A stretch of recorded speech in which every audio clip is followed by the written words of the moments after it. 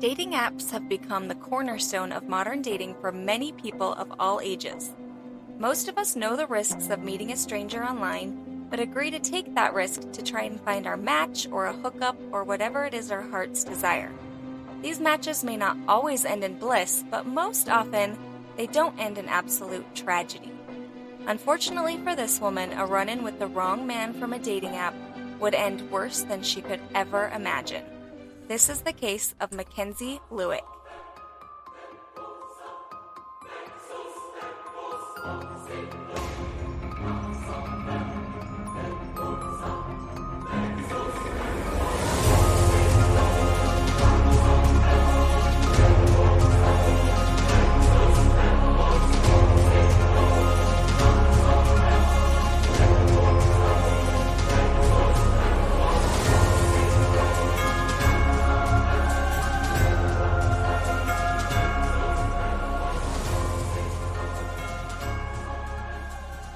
Welcome back, everybody. Welcome back. How was everyone's Thanksgiving? Because we did not wish anybody happy Thanksgiving. Well, so you guys should know that we are taking so we normally record on Fridays. And we're taking that Friday off. So right now, we're recording early. Yes. So Thanksgiving hasn't happened. Right. And so our days got all jumbled. Not that that's any reason, because we have done this far too often in the past, but pretty much every holiday except for Veterans Day. We were able to really get we try our best, but it just it's because we just don't think ahead. No, it's because last week we recorded both parts of the one episode that we'll release like today was the first part, and then the next part releases on the week of Thanksgiving, and we didn't think about it then, and then we're recording now, and this one and blah, blah, blah, blah, blah. We suck. We think about sorry. you. We hope everyone had a great holiday. Everyone was safe and enjoyed everything. Of course, if you had any Black Friday fights, we want to hear about it, because oh my God, yes. I have never seen one, and I've never heard of anyone who's personally witnessed these craziness. I had a coworker. So Lindsay partakes in Black Friday shopping. I love Black Friday shopping. I do not. I'm just fine staying home and being in my bed. But one of my coworkers years ago, his family was from him and his wife both were from Cedar City area, so they would always go there for Thanksgiving, and they were at a Walmart that's down, I think, in Cedar City. Always a Walmart. And it was over socks. And he said these women were fist fighting over these socks. I don't even know. They are socks. Cheaper pair of socks? I have no idea. $5 versus $10? I don't even know. Is it really worth an assault charge? I don't think so. For $5? Maybe for $100. Even then, I'm it's just not worth it. I'm not a fighter. That's just not.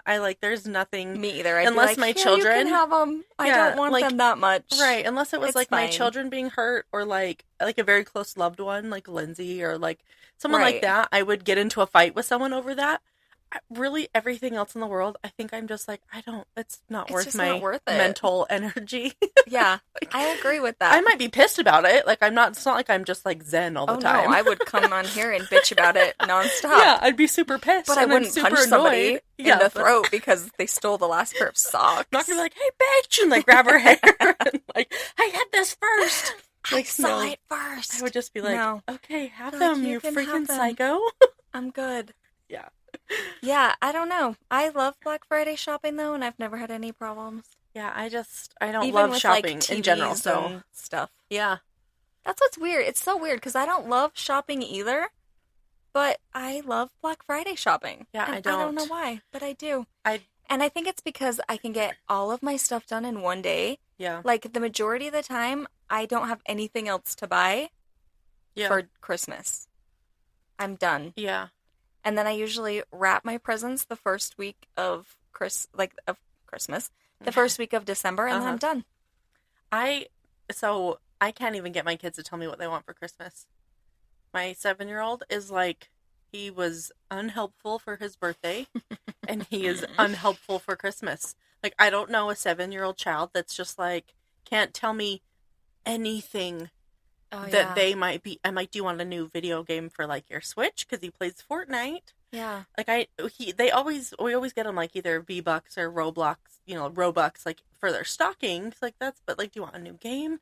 He's meh.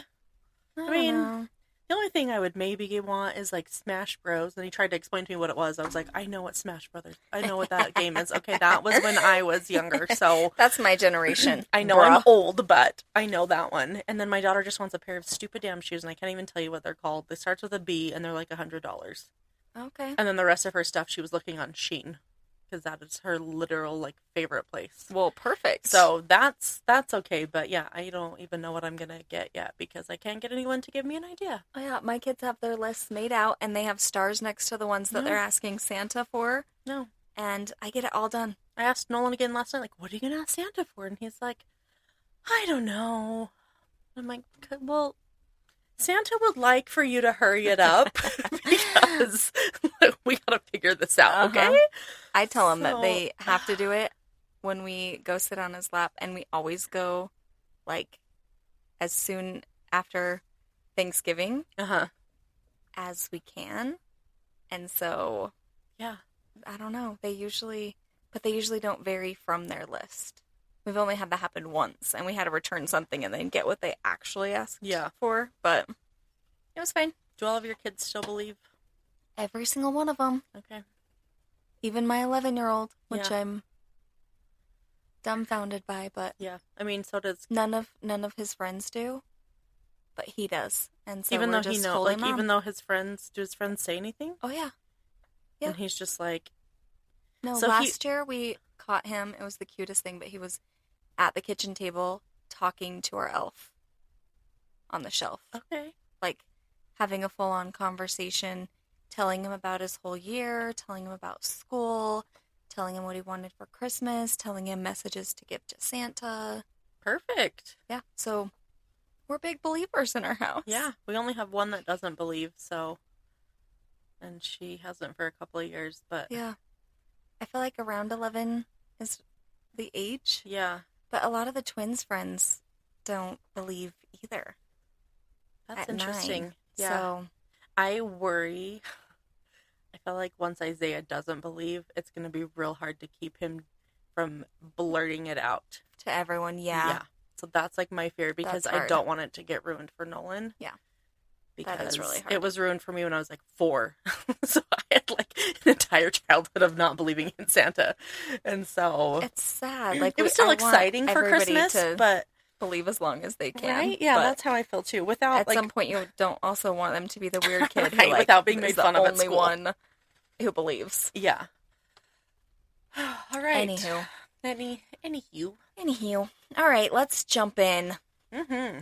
So Mackenzie was a 23-year-old vibrant woman who was living in Salt Lake City, Utah, attending the University of Utah, which is like our big university here.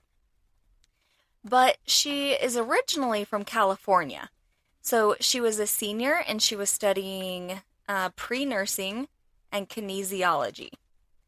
And she remained very close to her family still, even though she was here. She talked to them every day. Even her grandparents she was really, really close to, even though everyone was in California. Okay. So unfortunately, her grandma passed away, and so she ended up going back to California to attend the funeral services and spend some much-needed quality time with her family. Right. And she was also super, super close to her parents, Greg and Diane, and was in constant contact with them. She had one older brother and then 2 younger brothers, so she was the only girl in the family, who she was also really, really close to. She grew up in a small beach town called El Segundo, California, and everybody loved her. So she was described as being a blonde bubble of happiness, which I was like, aw, that's so cute. A blonde bubble of happiness with a warm smile. She was very nurturing and always wanted to care for others. She was known to, like, make sure that everyone in the house had been fed, and if someone hadn't, she would go make them dinner or just, like, help out in whatever way she could.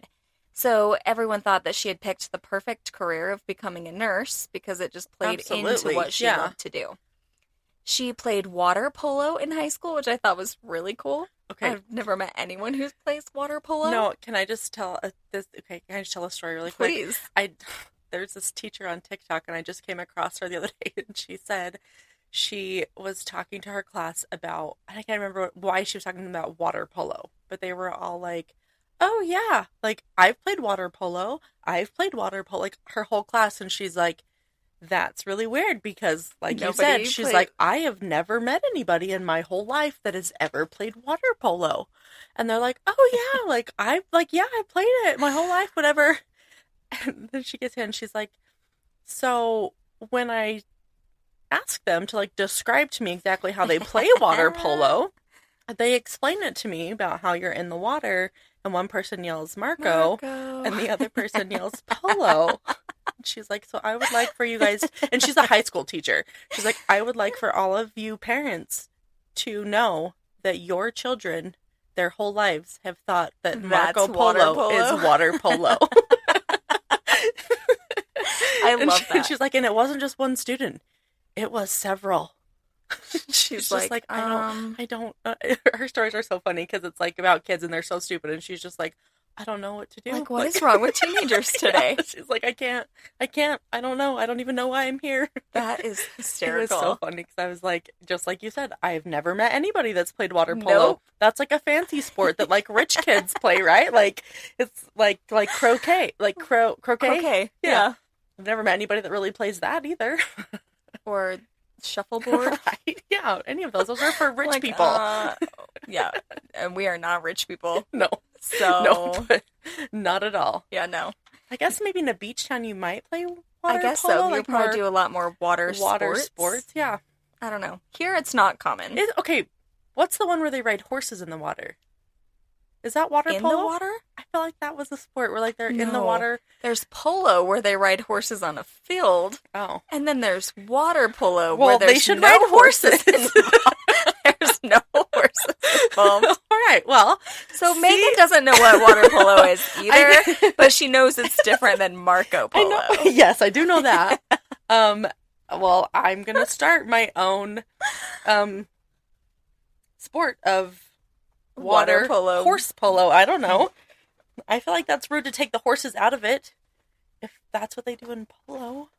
I don't think that there's horses involved in water polo. They're probably not, but I they could should be wrong. They should be. I didn't look that up. That teacher, this is what it was. They were talking about an Olympic sport. And then she was like, all of these kids literally thought that Marco Polo was an Olympic sport.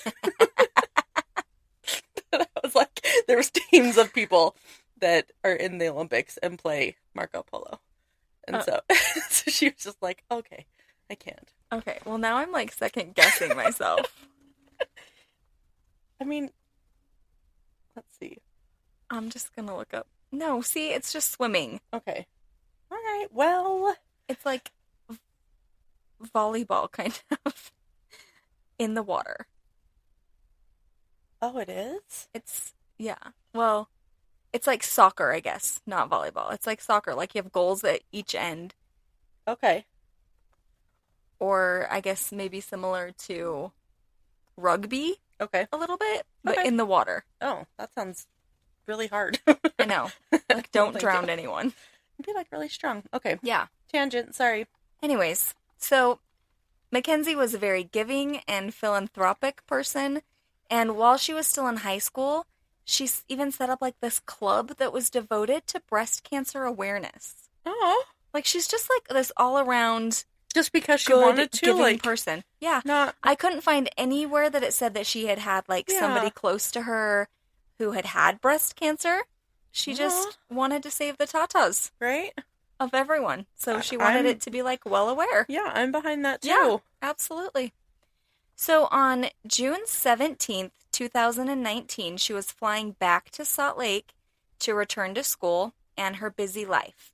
So she was part of the Alpha Chi Omega sorority and, as you can imagine, had a very busy and active social life. She was also getting ready to take midterms. Even though it was June, she was in like a summer semester. Okay. So she had midterms coming up that she had been studying for. And so her flight landed in Salt Lake City, and she texted her mom, I just landed. I love you, at 2:01 a.m. So she had like a late flight. Yeah. So it gets in the early morning hours of the 17th. She wasn't even off the plane when this message was sent. So essentially she like landed, turned on her phone, texted her mom, and then she like gets off of the plane, gets her bag. She orders a Lyft, which does pick her up at 2:40 a.m. But instead of giving the driver to like her address to take her to the house, she gave him the address to be taken to Hatch Park, which is a typical small rural park in North Salt Lake. And people not from here, some people don't have like a lot of parks. So our parks usually have like a big playground. They have several courts where you can play tennis or volleyball or basketball. Yeah. And like a lot of them have like a little walking trail. Mm-hmm. They're very, very family oriented. Most parks in our area are very, very safe, but obviously not very busy at 3 a.m. No. And that's exactly when she gets dropped off, is 3 a.m. I mean, I will say I don't want to go to a park at 3 a.m. No. Anywhere. Usually that's where like drug deals or things like that are going down that early in the morning. Right. So after that, she just vanishes. So she gets dropped off at 3, and then nobody sees her anymore. Okay. So when her parents don't hear from her the next day, they immediately become worried because this is not normal for Kenzie. And they start calling her sorority and her friends in Salt Lake, but nobody has seen her since she left for the funeral because nobody's seen her since she returned. Okay. So it's been days since anyone has seen her in Salt Lake, and her parents haven't heard from her. Okay. So her parents call the Salt Lake City police and try to report her missing, but the police initially aren't too worried because it's summer. This is a young college student. She hasn't been gone for that long. Right. Anything could have happened. But they start to take this a little more seriously when Kenzie ends up missing a work shift, and then she ends up missing her midterm, which was the whole reason she came back early. Yeah. So when everyone agrees that this is out of character for her, they do finally open up a missing person case and start an investigation on June 20th, which is 3 days after her last known text message. Okay. So the police try to track her movements, and they're able to get footage from the airport where they see Kenzie getting off the plane, and she's dressed in like casual, comfortable travel clothing, walking through the airport carrying a black purse. And then she gets her luggage. She doesn't speak to anybody at the airport. She does send a couple of text messages. Okay. She heads to to meet her Lyft driver. She gets into his car and they pull away. The police are able to track down her driver. Okay. And around this time is when lots of different things are happening all over the country with like Lyft drivers where everyone's on edge because lots of shady things have gone down. Yeah. But at this time is when Lyft has kind of changed their app, so they like track all of their movements. Yeah. And so they're able to track down the driver, and with his app, he's able to show them when he picked Kenzie up, where he dropped her off, and at what time. Okay. And he also tells them that there was another car in the parking lot of the park that Kenzie got into right at 3 a.m.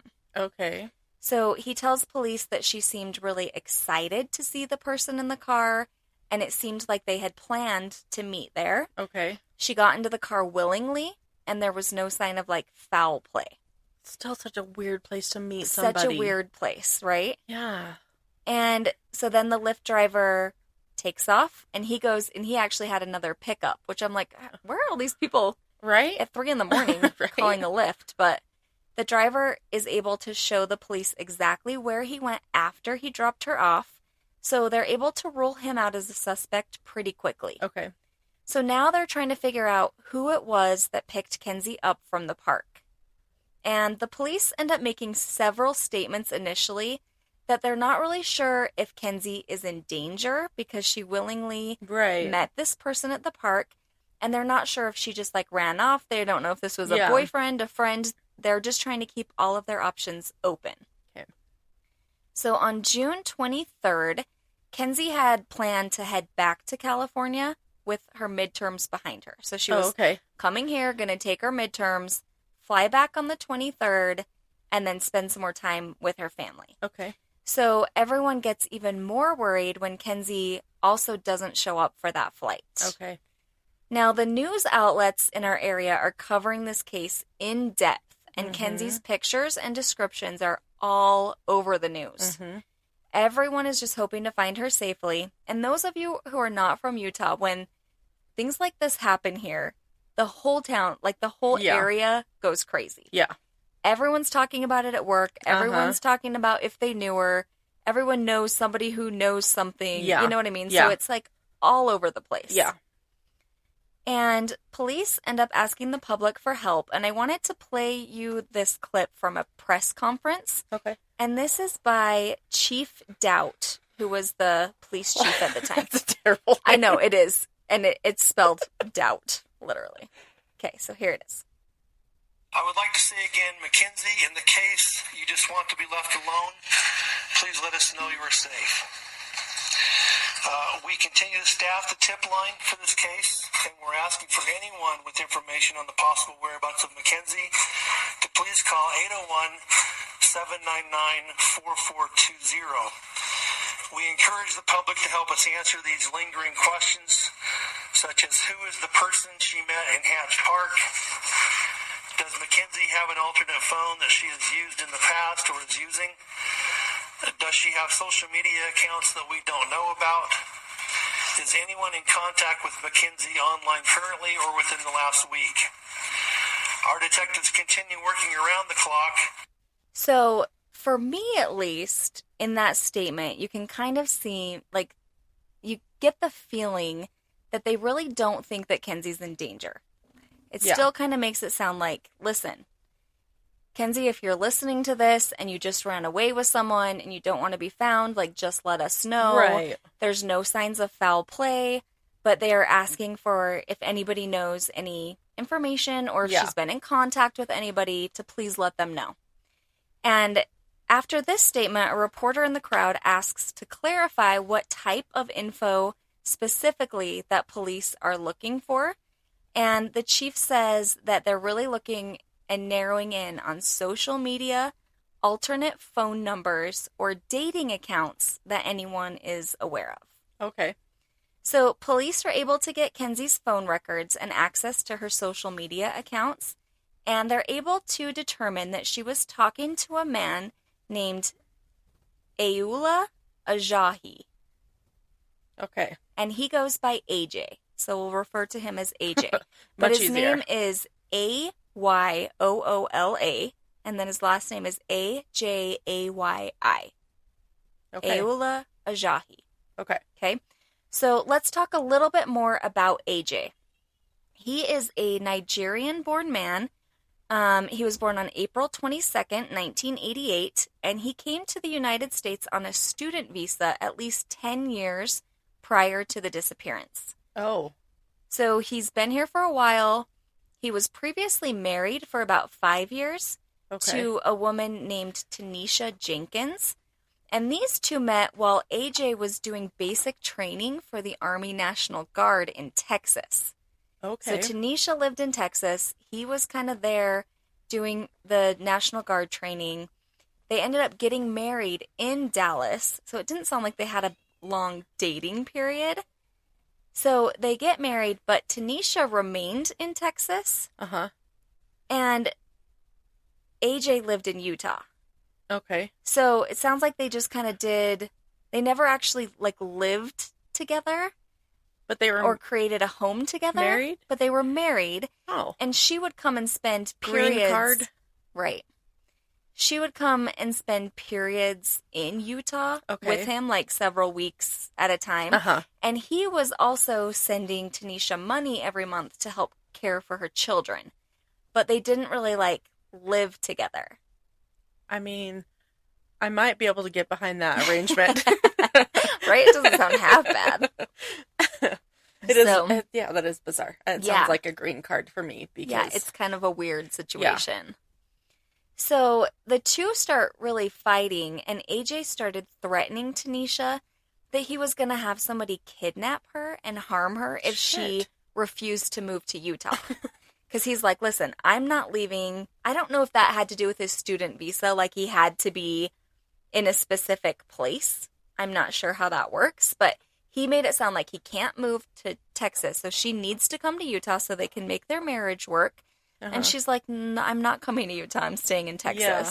So then he starts threatening her. Yeah. And on a few occasions, Tanisha claimed that AJ got physical with her and once even tied her up and held a knife to her. Jeez. And so, of course, when all of that happens, she ends up divorcing him. Oh, good. So it's like she gets out and nothing too bad happens. I mean, it's easier to divorce an abusive person like that when you don't live with them. Yeah, absolutely. It's a little bit like, okay, you just stay in Utah then. I'm like peacing out. Don't come visit anymore. And yeah. Oh, that's scary. So AJ was attending college at Utah State University, which is in Logan, which is north. How far would you say it is from Salt Lake? Maybe 2 hours? No, it's like an hour. Hour and a half? Hour 15. It doesn't take me that long to get to my dad's. Okay. So. I was going to say, it takes like 45 to an hour from here. To your dad's house, though? Yeah. I feel like... I don't know. It's maybe a little over an hour, so it's not that far. No. And so he was attending school there, studying computers, but he ended up leaving school without a degree after he got into some trouble and was accused of robbery and an incident of rape. Oh. Which we'll address this a little bit more later. Okay. So he ends up moving to Salt Lake and was living here and working, and he had a green card to work, so he was just working on his green card. Okay. And he has a house in Salt Lake, and he has 2 rooms in his basement. Like he owns a house? Yeah. Okay. And he rents those rooms out as an Airbnb, so that's how he's bringing in extra money. Okay. He was said to have been a very polite and accommodating host and had really good star ratings through the Airbnb website. Okay. So his ex-wife would say that he was quiet and kind, but he had a terrible temper, and he was very, very controlling and wanted things done his way all the time, and nothing else was accepted. Okay. And when things weren't done his way, then that's when he would get violent and yell and lose his temper.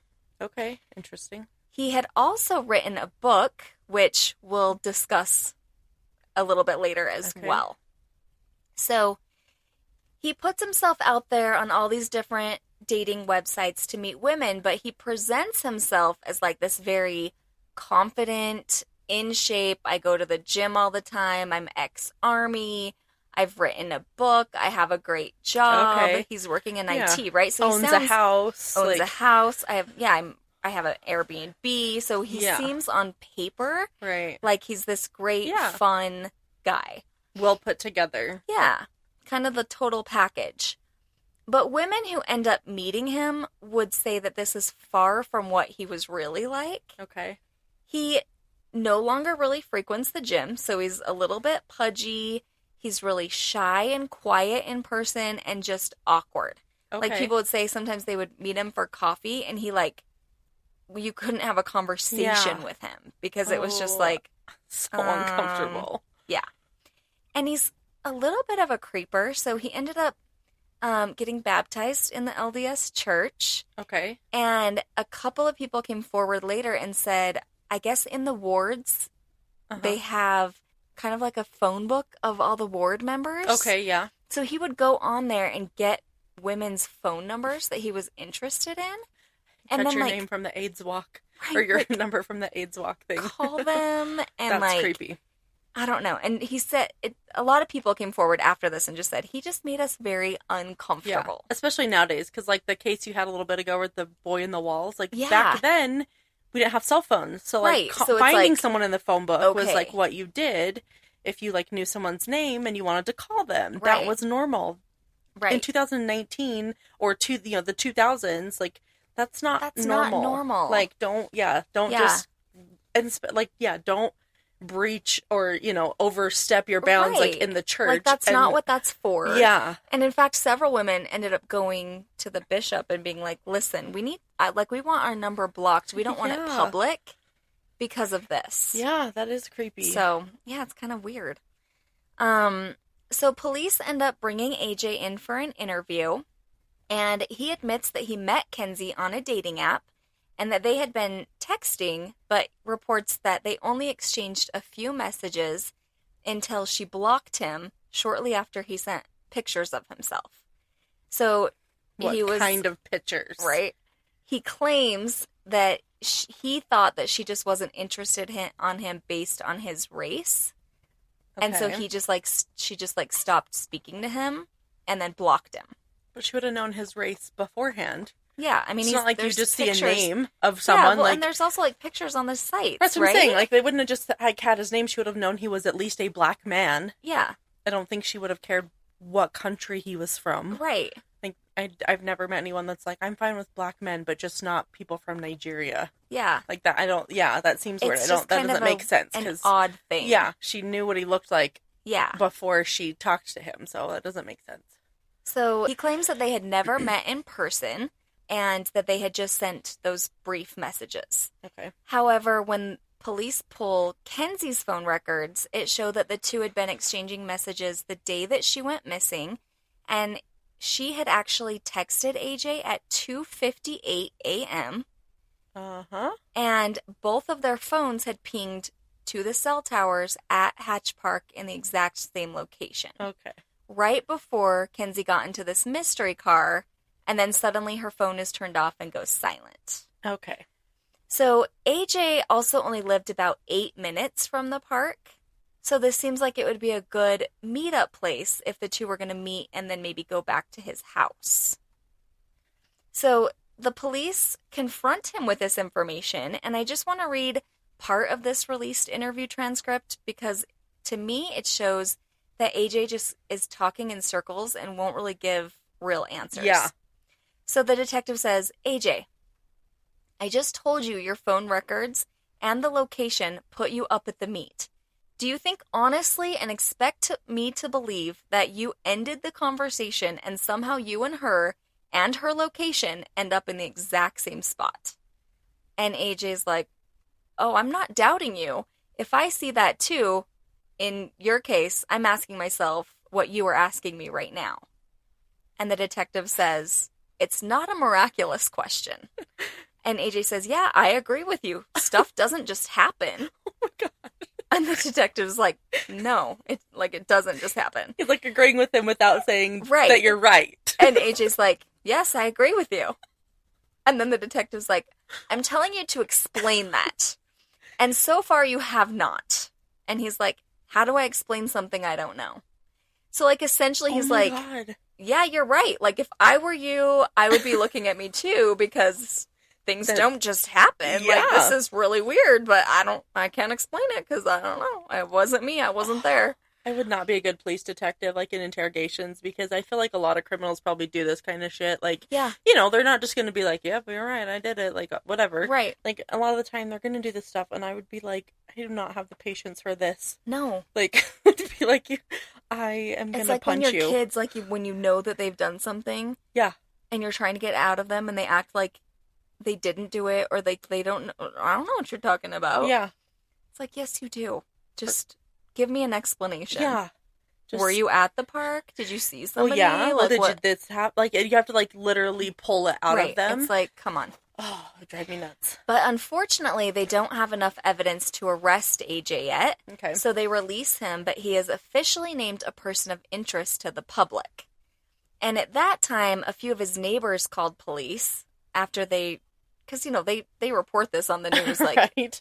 This guy's a person of interest. So his neighbors call in and say that on 2 separate occasions since Kenzie had gone missing, one on the early morning hour of June 17th, which is the same day that she went missing, and the following day, June 18th, AJ had a big fire in his backyard, and whatever he was burning emitted a horrific smell none that they had ever smelled before. So they also witnessed him pouring gasoline from a red gas can on the fire, which he had purchased. Oh, no. Police end up finding out he purchased the morning of the 17th. Why do people... Why do they do this? It's like, oh, okay. So the police obtain a search warrant for his house, and during the search, they find hundreds of pieces of evidence. They find several pieces of clothing that have bleach and dirt stains all over them. And in the bathroom, there's splatters of blood that are able to be seen under luminol and blacklight illumination. Okay. There's also an area in the backyard that has recently been used as a burn pit, and several areas of freshly dug dirt around this area. Okay. And this is right behind the garage. So I will post pictures of this, but the yard is like a very, very long, narrow space. Okay. So it has a detached garage that kind of sits back from the house in the yard. Okay. And then the house is forward up more by the street. Right. So it's fenced, but it's just this long, narrow patch. And where this dirt is located is directly behind the garage, right next to the fence. So it's like literally next to his neighbor's yard. Okay. They find a bunch of ashes and they take those into evidence. And these are later identified in the ashes that there is human bone, charred muscular tissue, a part of a human scalp with hair still attached. Oh, no. And these are later identified as belonging to Kenzie. Oh. They also bring in a cadaver dog, and the cadaver dog immediately goes to this area of freshly dug dirt. Okay. So they start digging it up, and they don't find a body here, but they do find more of the ashes, and then they find a charred black purse, which looks just like the one that Kenzie is seen carrying in the footage of her at the airport, and they find her cell phone. There are also more items that are charred found in the alley next to AJ's house, and they also locate the red gas can. Do we know what the address of his house is? It does show it. I just was curious, like, where... I'll have to find it for you. It's in, like... I don't think it's North Salt. It's, like, close to North Salt Lake. I'll find you the address and we can look. But So police get a warrant for AJ's phone records for the days following Kenzie's disappearance and find that his cell phone pings in Logan Canyon on June 19th. So Logan Canyon, like we said, is about an hour and 15 minutes or so. An hour. I guess maybe more like an hour and a half. North of AJ's north. Okay. Yeah. North of AJ's house. And the police head to the canyon, and they're able to find the area that AJ visited with the help of AJ's lawyer. So at this point, AJ lawyers up. He tells his lawyer some information, and his lawyer's like, listen, we need to make a deal. I'm going to direct you to where to go. Okay. So they are able to get where AJ was, and they find some disturbed soil, and they're able to uncover the rest of Kenzie's charred remains in a shallow grave. Her hands were bound behind her using zip ties, and there's a large hole to the left side of her skull. A portion of her scalp is also missing, and later an autopsy would confirm that the cause of death was blunt force trauma to her head, which caused hemorrhage. So with this and finally having a body, AJ is officially charged with aggravated murder, aggravated kidnapping, obstruction of justice, and desecration of a human body on June 28th, which is just 11 days after she went missing. People really think you can just, like, light a body on fire and it just, like, goes away. Just burn. Nope. It doesn't work He obviously that way. tried that and then was like, oh, shit, she's still here. Yep. It has to be really, such really a hot fire. When you get cremated, it is a really, really, really hot thing. Yeah, especially if you want to And get for rid a of like all certain the amount of bones, time, yeah. right? Like you might be able to burn some of the flesh, right? But the bones, you're not going to do that. Even with in your a cremation, like you backyard still have fire. You still have like bones, which I was surprised when my grandma was cremated and they like put we had like little bottles that we each got or whatever. Yeah. And I was like, oh, there's bones in here. Like it was it was unnerving because I never I just assumed it would just be all ashes, and it's still not after being cremated. Thought that too. So it's people who think that they can just light a bonfire in their backyard and burn some bodies in 15 minutes and it'll all be done. No, that's not going to happen. Not recommended. Yeah. So once he's in custody, several very disturbing things come to light. Oh, no. So first, a local contractor named Brian Wolf came forward to police to tell them that in April, which was 2 months before the murder occurred, AJ had contacted him about finishing a room in his basement. So Brian goes to his house to give him a quote, and they head down to the basement, and Brian's taking measurements and kind of talking about more of like what he's envisioning for the space, like how he wants it finished. And AJ starts making some really weird requests. So he wants the room to be a secret room with a hidden door. He wants a thumbprint scanner so that he can be the only one to get in and out of the room. Okay. He asks for hooks to be placed in the concrete walls so that he can hang some stuff from them. And when Brian's like, well, what are you going to be hanging? Right, like how strong do these hooks need to be? Like I need to know some idea of what's going to be on these. Yeah. And he says, well, I'm just going to build some shelves to hold my wine. And AJ tells Brian that he needs it done ASAP and that money is no object for him. The reason that he gives for doing this room is that his girlfriend, who is LDS and doesn't drink, is coming to visit him soon, and he needs to hide his alcohol from her because he doesn't approve of drinking. So he's like, essentially, I just want this, like, room where I can store all my alcohol and she'll never find out. And Brian's like, well, instead of hooks, like, for the same price, I can just build you a wine rack. Yeah. And that way it's, like, finished. You don't have to worry about it. Yeah. Because he's kind of getting creepy vibe, right? So he's like, why don't we just do this instead? And AJ's like, nope, I just want the hooks. Oh, and by the way, the hooks need to be high on the wall above head height. Okay. He then tells Brian that he also needs the room to be soundproofed so that when he comes to his room, he can listen to music and drink his alcohol without disturbing his girlfriend. Okay.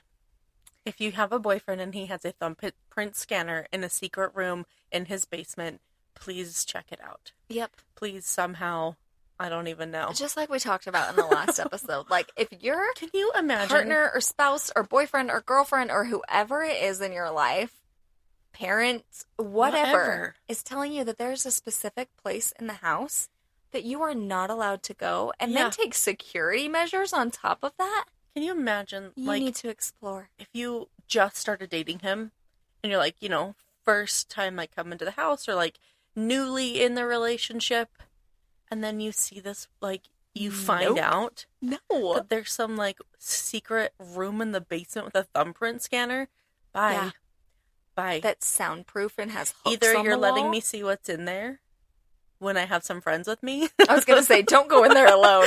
You will never come out. But yeah, no, Well, thank and you, the other creeper. part of this that like freaked me out so much is that he Airbnbs 2 bedrooms in his basement. Ow! It So to probably me, I'm like, excites that's him like- now. And the house isn't that big. So to me, it's like, yeah. You're yeah, probably 'cause- going to have Airbnb guests Yeah. literally staying right next to your torture chamber. Well, and I feel like, because I do remember this case now, and I feel like in my mind, and I could be completely wrong, but like the picture of the house, like after all stuff happened, it was not like a really fancy house. No, Where like it's you would be not. going in and someone would want a thumbprint scanner and they have all the Right. money in the world to spend on it. No, so it's like not. bizarre. It's a very modest house. Like it would be like, are you What's sure you happening? haven't, like, Yeah, you want a thumbprint scanner? Like does not fit. exactly. Oh, It's not like this super fancy house or fancy neighborhood. yeah, where or, like people are just rich and they have stupid shit in their house that you're just like, whatever, they're rich and they have whatever they're gonna do, because money does talk, and people. But even those rich people, if they were going to build like a wine cellar, they would want it like temperature controlled and all these things. They wouldn't ask for for it to be soundproofed and a thumbprint scanner and hooks on the wall. Like, that are above head height. right? Like, what kind of wine are you having to put up there on racks that are above your that head. are above your head. Right. How are you going to see your that wine? doesn't seem very, like... AJ, this is not plausible. No. Just so you can go in there and listen to your music really loud and drink your wine. Yeah. No. Mm. And that's what Brian thinks. He's like, So he ends up refusing to do the job, and he's like, I just got the creeps. It made me super uncomfortable. He was with his nephew, and both of them walked out, and they were like, that was weird, right? Can and you like, imagine, oh, yeah, that and then was you weird. see this guy on the news, Yeah. like, as a suspect for this, and Well, you're and like, this guy oh got, my like, God. This contractor got a lot of slack because people were like, or flack, like, you should have gone to police because this is not okay. Right. Well, what do? You go to police and say, hey, this guy wanted me to make him a soundproof room in his basement? Yeah. That's not proof of anything. And it's not illegal. No. He hasn't done anything The police wrong can't at just this go point. bust his door down and be like, show Right. us where you want this secret room. We live in America, people. Yeah. Like, you can't just be like, oh, we think you're going to do some shady shit, so we're going to Right. take you into custody. Yeah, this isn't the... What is that movie? I haven't seen it. Minority Report? Isn't that where, like, Tom Cruise is in it, and it's like people get arrested for thinking of doing something. So they get, I've like, never arrested seen it either. before they actually do it, and it's like the government can, like, I don't know, read their minds or whatever. But yeah, like, that's not No, illegal. you can't You can do make that. all sorts of weird shit in your house, and it's not illegal. Yeah. And people have, like, sex rooms and things like that. Absolutely. Like, he's an adult, and if he wants this weird, freaky room in his house, he can do it. Yeah. As 'Cause he long as he might- doesn't do illegal stuff in it later. Right. But it's not like you can just go arrest him or, like, follow him or No. keep tabs on him just because you have a suspicion. Right. Just like how That- police that won't doesn't just go happen. and try and find somebody that's an adult that hasn't made contact with you for a day. They're like, sorry, that's not Right. illegal. Like, Even though a lot of times they are missing. Yeah, exactly. Like, your daughter's an adult and she got Yeah. into somebody's car willingly. Like, there's no sign of foul play. This guy like, came forward. What do you want us to do? Right. He came forward the second he saw something and was like, oh my God. Yeah. I was at this guy's house and here's what he wanted me to do. So, Right. like, you should really keep looking at him. Right. But for me, this kind of shows AJ was planning on doing this more. Absolutely. So as unfortunate as it is that this resulted in Kenzie's death, I'm glad that they were able to catch him after one. Yeah. And it didn't turn into a serial thing. Right. Because he was planning on it. Yeah. Like, Well, and it seemed like he may was have prepping even, his house. Right, and it seemed like he may have even wanted it done before Kenzie. Well, I don't know how far ahead they had made their plans, but that's creepy. Yeah. Yeah, it's nuts. And now you know why he didn't want the Lyft driver to drop her off at his house. Right. He wanted to meet somewhere else, Mhm. so it didn't link back to him. Oh, creepy. Yeah. So police also discovered that we mentioned that AJ wrote that book. Oh, yeah. So his book is called Forge Identity, which was a self-published book on Amazon. And it's about a 15-year-old boy named Ezekiel who, while he's in his teenage years, he ends up witnessing two people being brutally murdered by being burned alive. Okay. And then as he grows up, he ends up going on to commit some really, like, horrific crimes and essentially becoming, like, a serial killer himself. Okay. So one excerpt from the story reads, "With a tire around him on fire, his body started to turn into a hard, dried barbecue thing. Later, the boy is in shock. The man's skin had gone a terrible color. He saw his hair burning off as he screamed for help." Oh.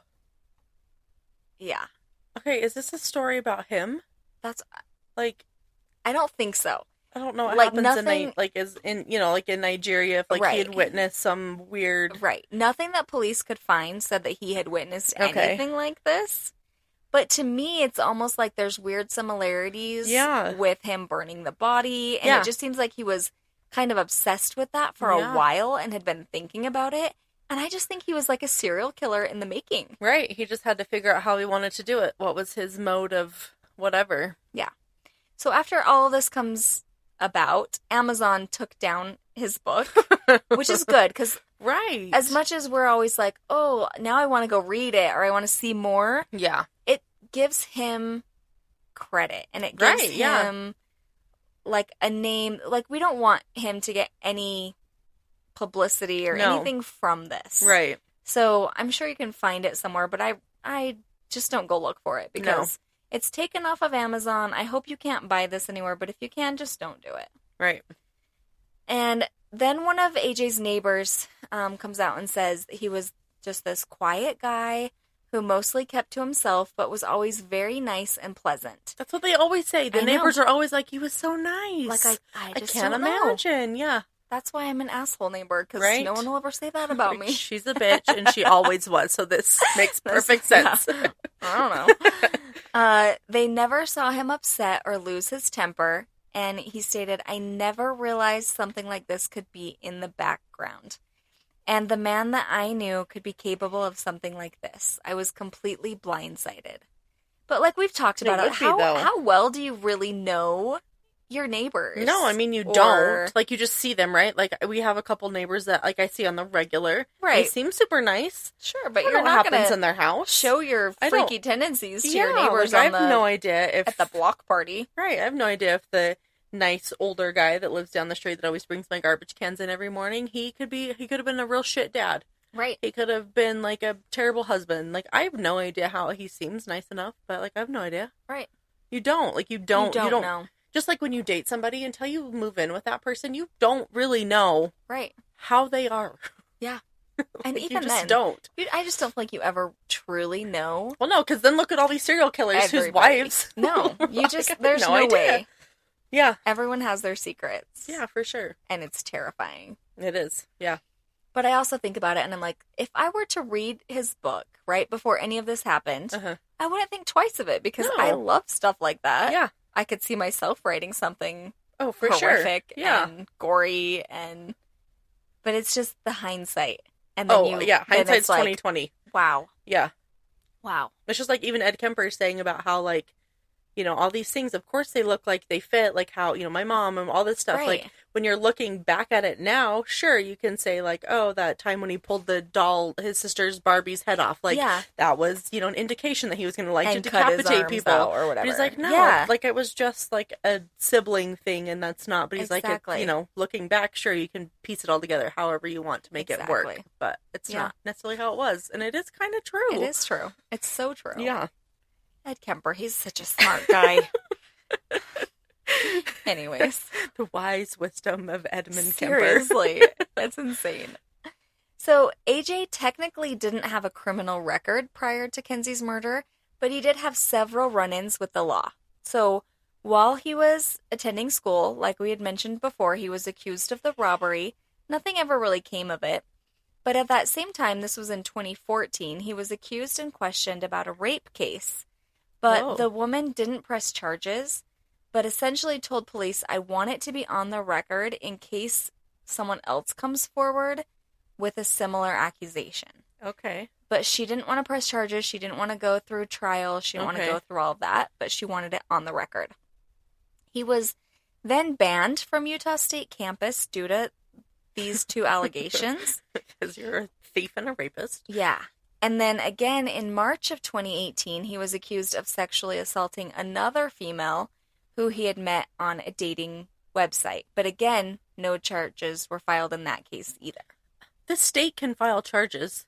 How many women get beat up by their significant other and they don't press charges, but the state presses charges? But as we've talked about, even when you have people who are willing to press charges, rape cases get pushed to the side. No, it's all the time. But it's like, that's a scary thing. If someone is capable of sexually assaulting another person, that is scary. That's not like normal behavior. Right. And it will often lead to, especially when you have that's a dangerous multiple person. People, right? It can escalate quickly. It's not like someone getting in a fist fight. No. That's like a thing. Men do it, girls have, like, you know, but that doesn't mean that they're like a deviant person. Like, a sexual assault is very personal. Absolutely. It's like scary. They're not okay people. No, it's not okay. And especially when they have two different incidences. Yeah. So, not saying that one is fine, right? No, but now if there's you're a pattern, right, like if somebody does something once and they learn from it and they're like, what the hell? Like, what just happened? Or there were certain circumstances, but then they repeat the offense, then it's like, no. Yeah. There is something wrong with that person. Yeah. And it needs to be taken more seriously, and it's not. So scary. It's not. So after that person doesn't file charges, that's when he ends up meeting Kenzie on a dating site called Seeking Arrangements. Oh. Which is a common site where sugar babies and sugar daddies meet up to discuss their relationship and what each party needs to make the arrangement work. So, for those of you that don't know, typically a sugar daddy is an older male who is well off, has a lot of money, and is just looking to spend time with younger females. So they will often pay the female in exchange for dates or sexual favors, but the terms of each relationship are different and can be negotiated. Right. So some will do a monthly allowance where they'll give so much every month, or they'll pay this bill and this bill and this bill, or they'll give them a credit card stipend, or they'll do those things for set dates or sexual favors. Right. And then others will do what's called pay per meet, where they'll give a specific amount for each date. Okay. So when this piece of information hits the news, people really shift their focus. And instead of Kenzie being the victim now, they just start coming at Kenzie and victim blaming pretty bad. Yeah. So they start talking about how she deserved what she got because she met AJ on this type of site, and how dumb she was, and how she was a gold digger, and just typical bullshit that we hear. Right. We hear whenever there's something that's not the norm, right? Like things like this, or transients, or sex workers. They deserve to get murdered or raped or whatever it is because they put themselves in that position. Now, I do remember when this happened and being frustrated, and I was like, why would she go to a park at 3 o'clock in the morning? Like, that is so dangerous. Absolutely. But did I ever think she deserved to have anything happen to her? No. No. I just remember being like, why? Why did she go to the park at that time? In my mind, I thought that before I knew about this. Right. Oh, yeah. Yeah. Right? It was when she first went missing. Right. And it's one of those cautionary tales where we're like, listen, people are better about it now, but if you're meeting someone on a dating site, if you're meeting someone for a blind date, if you're meeting someone that you don't know, do it in a public place during normal hours so that if something goes wrong, you have somewhere to go or you're safe. Yeah. Yeah. It's not just you're gonna get in some strange man's car. For sure. But to me, it doesn't matter where they met. Like, AJ is the one that did all of the wrong. It doesn't matter here. if she was a prostitute on drugs walking the street and he pulled over and was like, hey, do you want to do this and this and I'll give you this? And she was like, sure. That doesn't mean she should have been murdered. No, it does not give AJ the right to murder somebody and take somebody's life. And guess what? Those sites are not these, like, poor men getting picked on. No. It is a man who is like, I want this arrangement. Right. So I'm going to put myself on here and find someone who also wants this arrangement, and it will be great. Right. So, like... And I actually know 2 people that are sugar babies. Really? Uh-huh. Man, they have certain things set up. Right. And some of them aren't sexual. That's where, like, I could maybe get behind. I feel like I'm too awkward to really do it, but, like, I could be more about doing it if I didn't have to do the sexual part. Yeah. Like, if it was just, like, you want, like, a companion or, like, someone to go on dates with, or you want, like, this or that. And I feel like that's not as common, right? Probably not, no. But a lot of them just want some eye candy to go when they're in town. Yeah. And they need to go to an event for their work or whatever. And they want some arm candy to be with them. Right, yeah. So this isn't always just, like, a sexual thing. And a lot of, I know people don't want to hear this, but a lot of college age students do this to help pay their bills. And guess what? Who cares if it's sexual? People are consenting adults are allowed to do whatever they want with whoever they want. If everybody involved is okay with it. You. Right. It does not directly affect your life. You can think it's strange. I can't get behind, like, polyamorous relationships because that's just not me. But if everybody in it is there and they're like, this is us. Right. You have at it. And everyone knows all the facts and they're good. I don't. Guess what? They're consenting adults. They can do what they want. You can do really freaky, weird shit in the bedroom. Yep. And that's fine, because y'all want to do it. Right. We're adults. Like, I don't know why, so especially, and not just here, but, like, Utah is a little bit more conservative when it comes to that kind of stuff. Yes. And it's, like, it's perfectly fine. She was a college student. If she was, like, on there trying to find someone that maybe they could have an arrangement and it would give her some little extra money. Right. To, pay for college or whatever it was she was wanting it for. That's fine.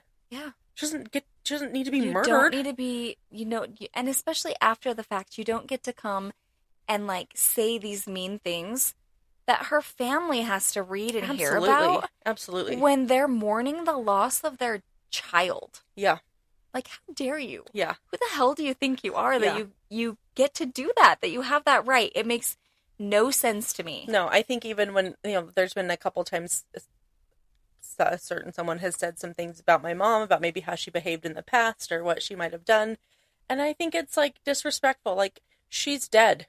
Right. Like, there's not, like, it's in the past. Like, it, like, people have their moments. People aren't always perfect. Right. And, like, she's dead. And you don't need to, like, talk bad about her anymore. You don't have to say anything. You don't have to talk good about her if that's how you feel. Right. But, like, you just don't need I just don't need to hear it. Especially to their child. A loved one who loved them. Like, it's unnecessary. It's insane to me. And people are really, really brave when they're behind their computer. Oh, absolutely. And I hate it. Yeah, so absolutely. Much. But, so while in custody, AJ finally admits completely to what he had done. And he tells police it was the first time that him and Kenzie had met, but he had planned to kill her way ahead of time. He didn't have any motive other than he wanted to know how it felt to kill someone. So he said he planned it way ahead of time. He had planned it, and he didn't expect her to have, he didn't expect her to be at his house any specific time or get to know her. His plan was to get her there and kill her. Okay. That was it. All right. So it was planned ahead of time, and he met her at the park, and then they went back to his house. As soon as they got back to his house, he tied her hands behind her back with zip ties, and then he began to strangle her. And he said at this point, Kenzie was pleading with him to stop, but he continued.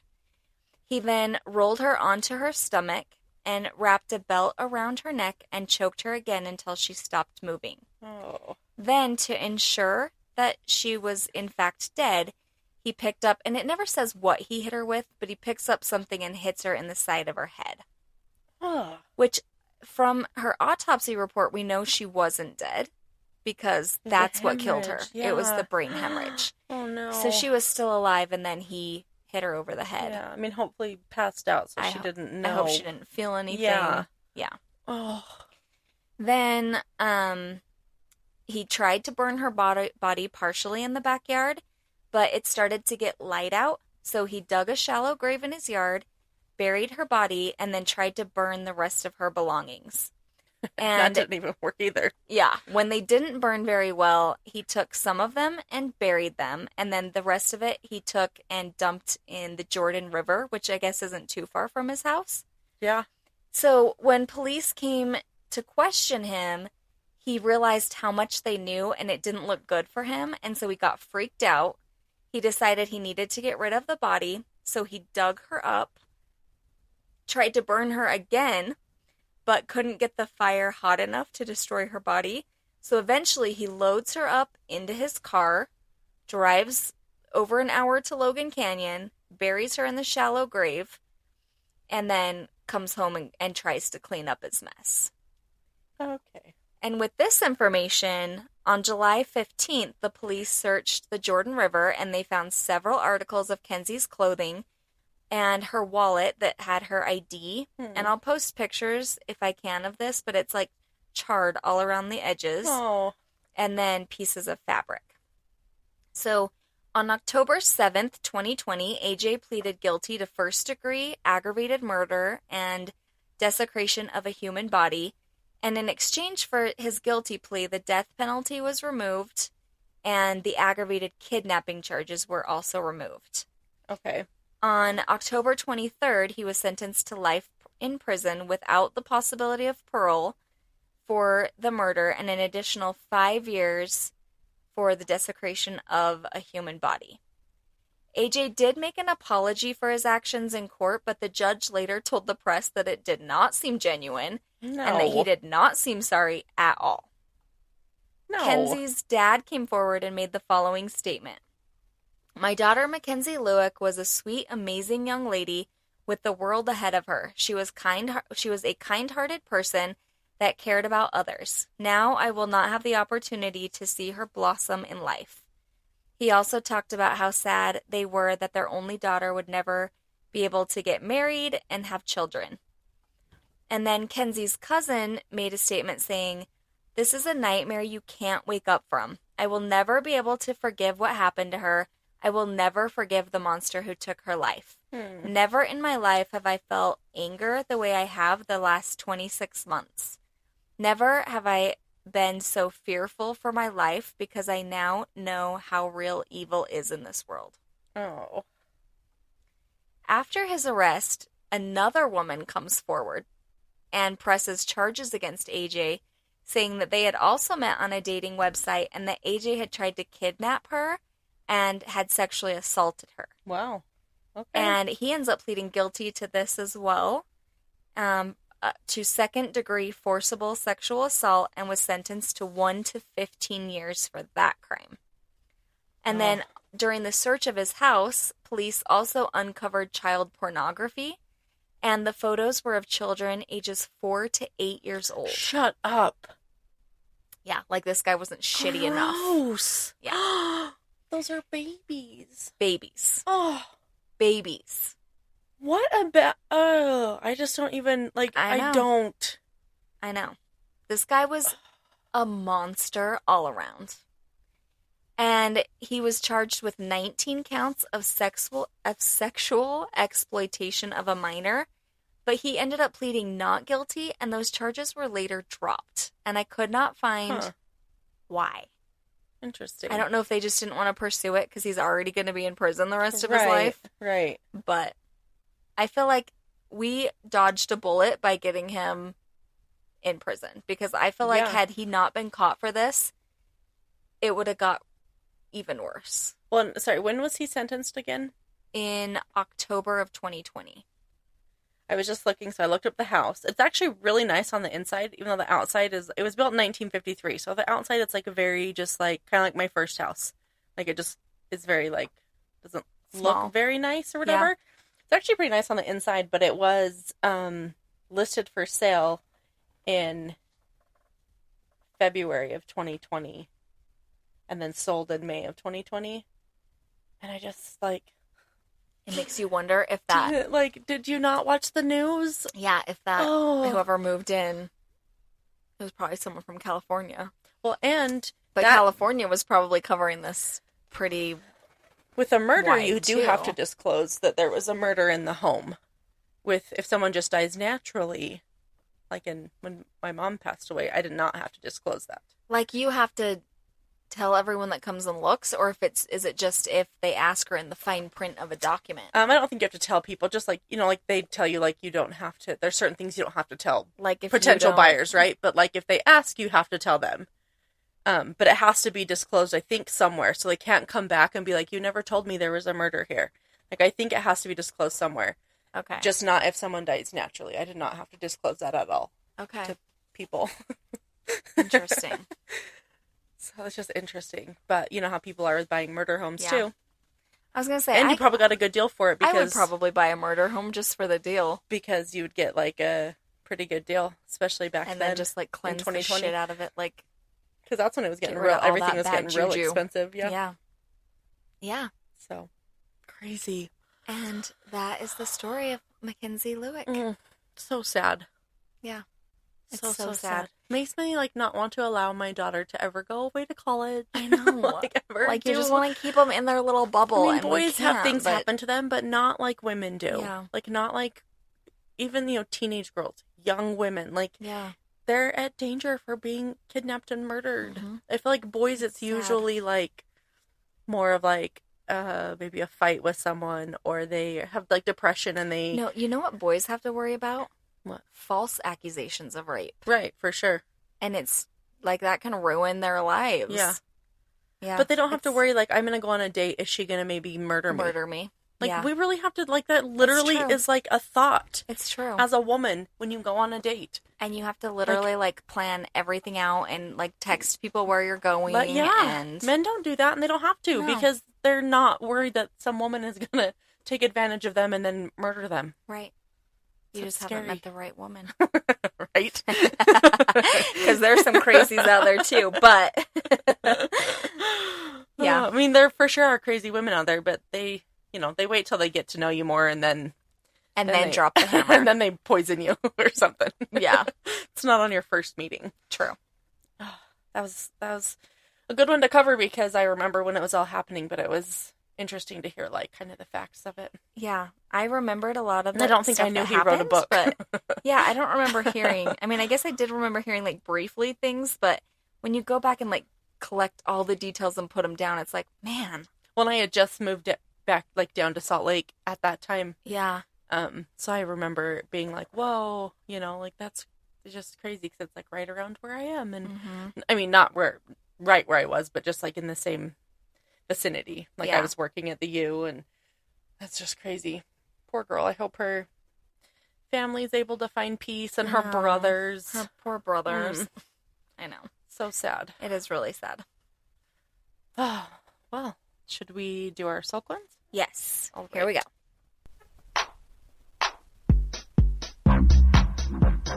Soul Cleanse.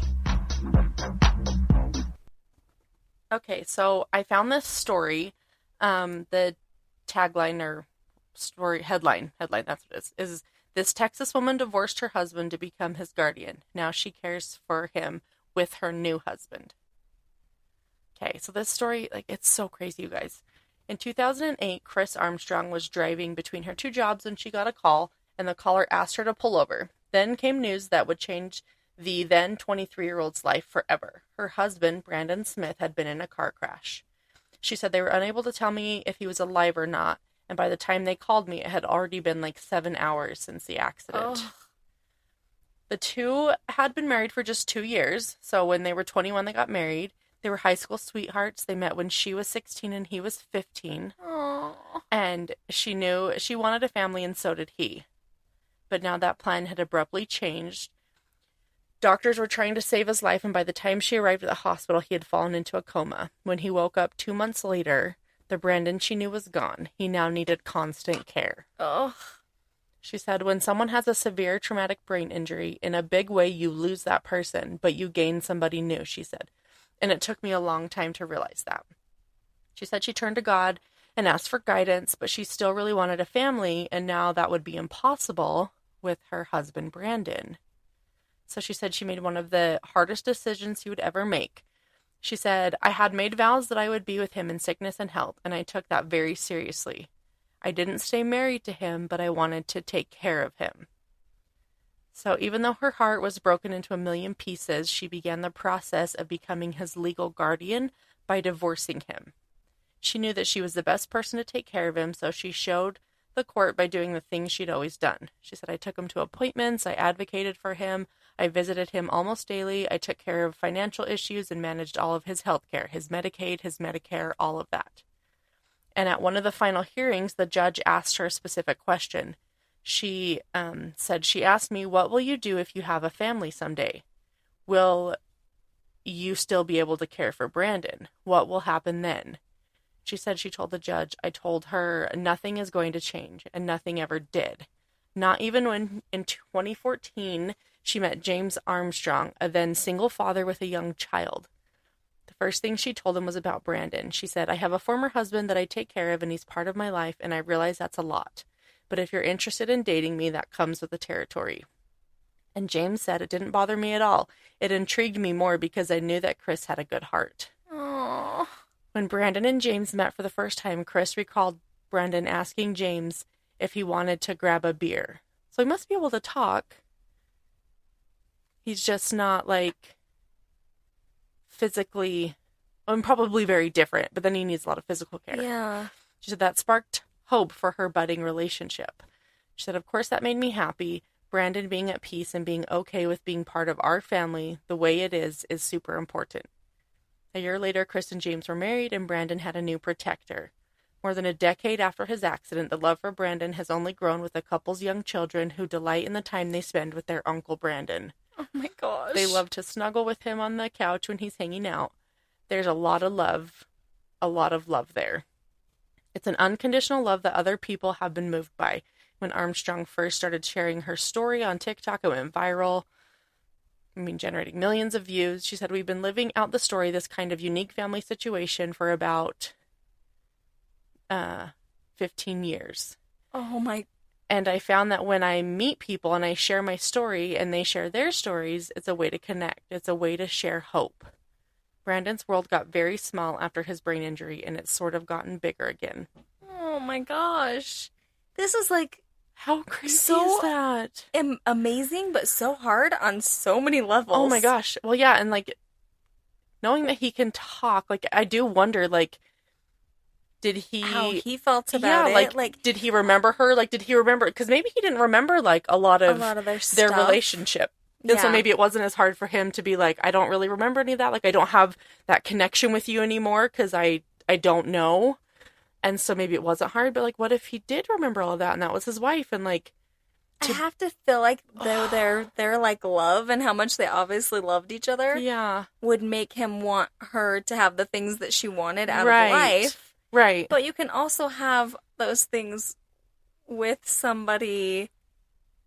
I don't know. This is hard. I mean, like, like I said, if she's a saint and her new husband is a saint, because that's a lot to unpack. Yeah. And I think, we tend to think that women tend to be more nurturing, right? Yeah. And so if like a woman came into a situation like that, they might be more willing to be like, oh, that's fine. Like, I would love to help take care of whatever, your special needs family member. Right. But like for a man to come in and be like, absolutely. Yeah. Like, that's completely fine, is... knowing that you're signing up for that life commitment. Yeah.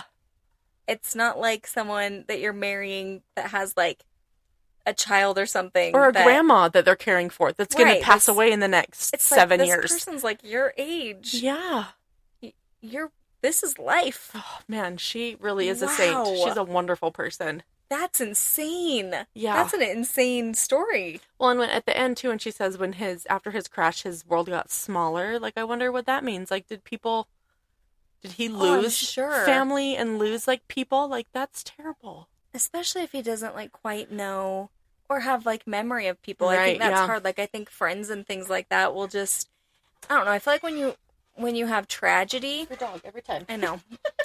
When you have tragedy, people try and be helpful up front, but then it gets to be a lot. You do learn. And so then they just, like, dwindle off. You do learn a lot about the people that are around you when something big in your life happens. Wow. That's not, like, a big happy thing. Yeah. That's, like, a big thing that's, like, traumatic or sad or whatever. You do kind of learn who's really there for you and who's not. And, like, literally changes the trajectory of your life. Oh, my God. That's so...